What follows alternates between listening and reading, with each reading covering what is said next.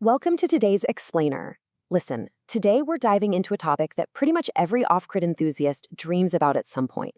We are talking about running your electrical appliances directly off of solar panels. That means completely eliminating the need for those expensive, insanely heavy, and, let's face it, constantly degrading battery banks. It's the ultimate off-grid dream, right? So let's just cut right to the chase. The big question we're tackling today is simply this: can you actually run solar without batteries? I mean, on paper, it sounds incredibly simple. You just point your panel at the blazing sun, plug in your appliance, and boom, let nature do the rest. But as we're about to see, replacing a battery bank with raw, direct solar power, it's not a walk in the park. It requires some really precise math, serious engineering, and a rock-solid understanding of how electricity actually behaves out there in the wild. To really wrap our heads around what we're up against, there's this fantastic quote from our source material over at Infoguide NG. They say, "Using solar panels directly without a battery is like plumbing a house using only gravity-fed water from a nearby spring, rather than storing it in a large cistern." I love this because it brilliantly hits the nail on the head. In this metaphor, the battery is your cistern, your reserve of stored pressure. Without it, your live flow rate coming from the sun has to flawlessly, and I mean instantly, match the exact real-time demand of your appliance. If your pressure, which is your voltage, or your flow, which is your power, gets even slightly out of whack, the whole system just collapses. So here is our roadmap for today's Explainer. We're going to cover 1. The battery-free solar dream. 2. The direct connection risk. 3. Stepping down with converters. 4. Controlling pumps and motors. 5. Going big with hybrid inverters. And finally, 6. The inductive load catch. Let's get into it. Starting off with Section 1, the battery-free solar drain. And that takes us right into Section 2, the direct connection risk. Okay, remember how we don't have that battery cistern to store energy? That means our solar flow has to constantly match whatever our appliance is pulling in real time. Imagine you're taking a shower and a cloud passes overhead. It's literally like someone just stomped on your water hose. The flow just stops. And this is exactly where things can go horribly wrong for DIYers. People will grab an 18-volt solar panel and wire it straight into a 12-volt appliance. Now, yeah, this kind of works for a super basic DC motor, like a cheap fan or a tiny water pump, though it'll probably run a bit weird. But our sources are very clear on this. Do not do this with expensive electronics. Shoving a wildly fluctuating 18 volts into a sensitive 12-volt device will absolutely wreck its lifespan, or honestly just fry it on the spot. And here is the biggest takeaway. You must never, ever connect a single solar panel's output directly into a standard inverter this way. The raw input voltage is just way too high, and it will instantly destroy your gear, no exceptions. Which brings us to a safer approach in Section 3, stepping down with converters.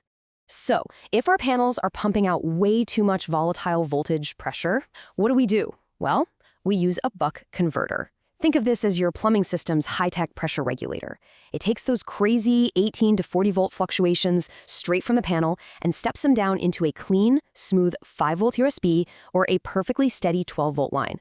Now, to show you what a batteryless system actually demands in the real world, let's run the math on something small, an 80-watt AC water pump. Step 1, surge power.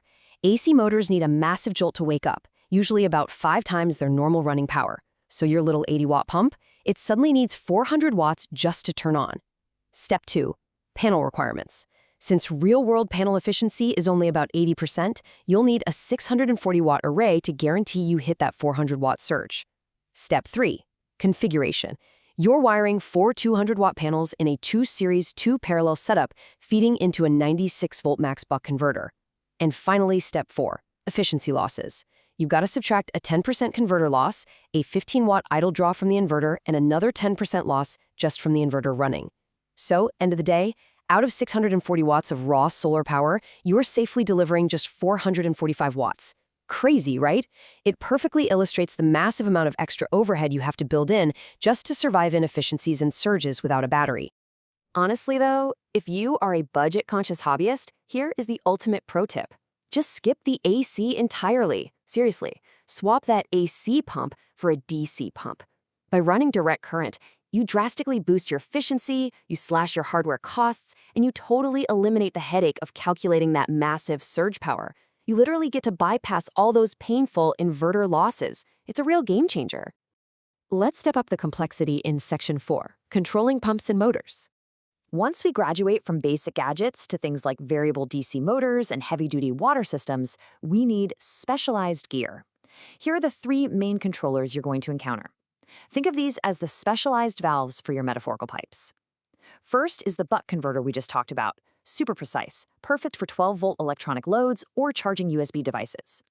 Next, we have the PWM, or pulse width modulation speed controller.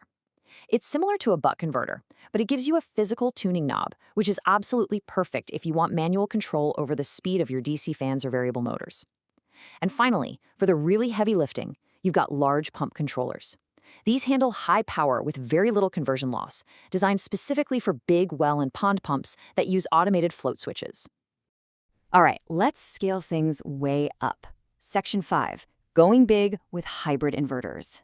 So what if you want to move past a water pump? What if you want to run power tools or even a whole house? Enter the batteryless hybrid inverter.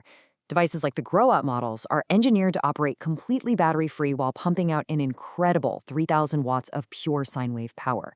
But here's the catch.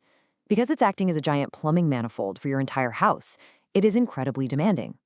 The system's MPPT, which tracks your panel power, has a strict minimum requirement of 120 volts, all the way up to 250 volts, constantly. Because you don't have a battery to smooth over any dips in sunlight, your solar array's power must always, without fail, exceed the required load of whatever you have plugged in. And to put that into perspective, just to hit that strict 120-volt baseline and keep the inverter awake, you are looking at roughly $2,400. That is just for the raw panels and the wiring required to build a 3,650-watt solar array. Our sources point out that you'd need 10 365-watt panels wired up in series and parallel to pull this off. $2,400 just to get the system to turn on. It really shows you the true physical and financial scale of running a hybrid system without batteries. Which leads us to our final hurdle, Section 6, the inductive load catch. If you're planning to run big heavy motors or AC units without a battery buffer, you absolutely have to understand this. An inductive load, think an air conditioner, a fridge, a heavy shop fan, demands a massive, instantaneous surge of power just to wake up and start spinning.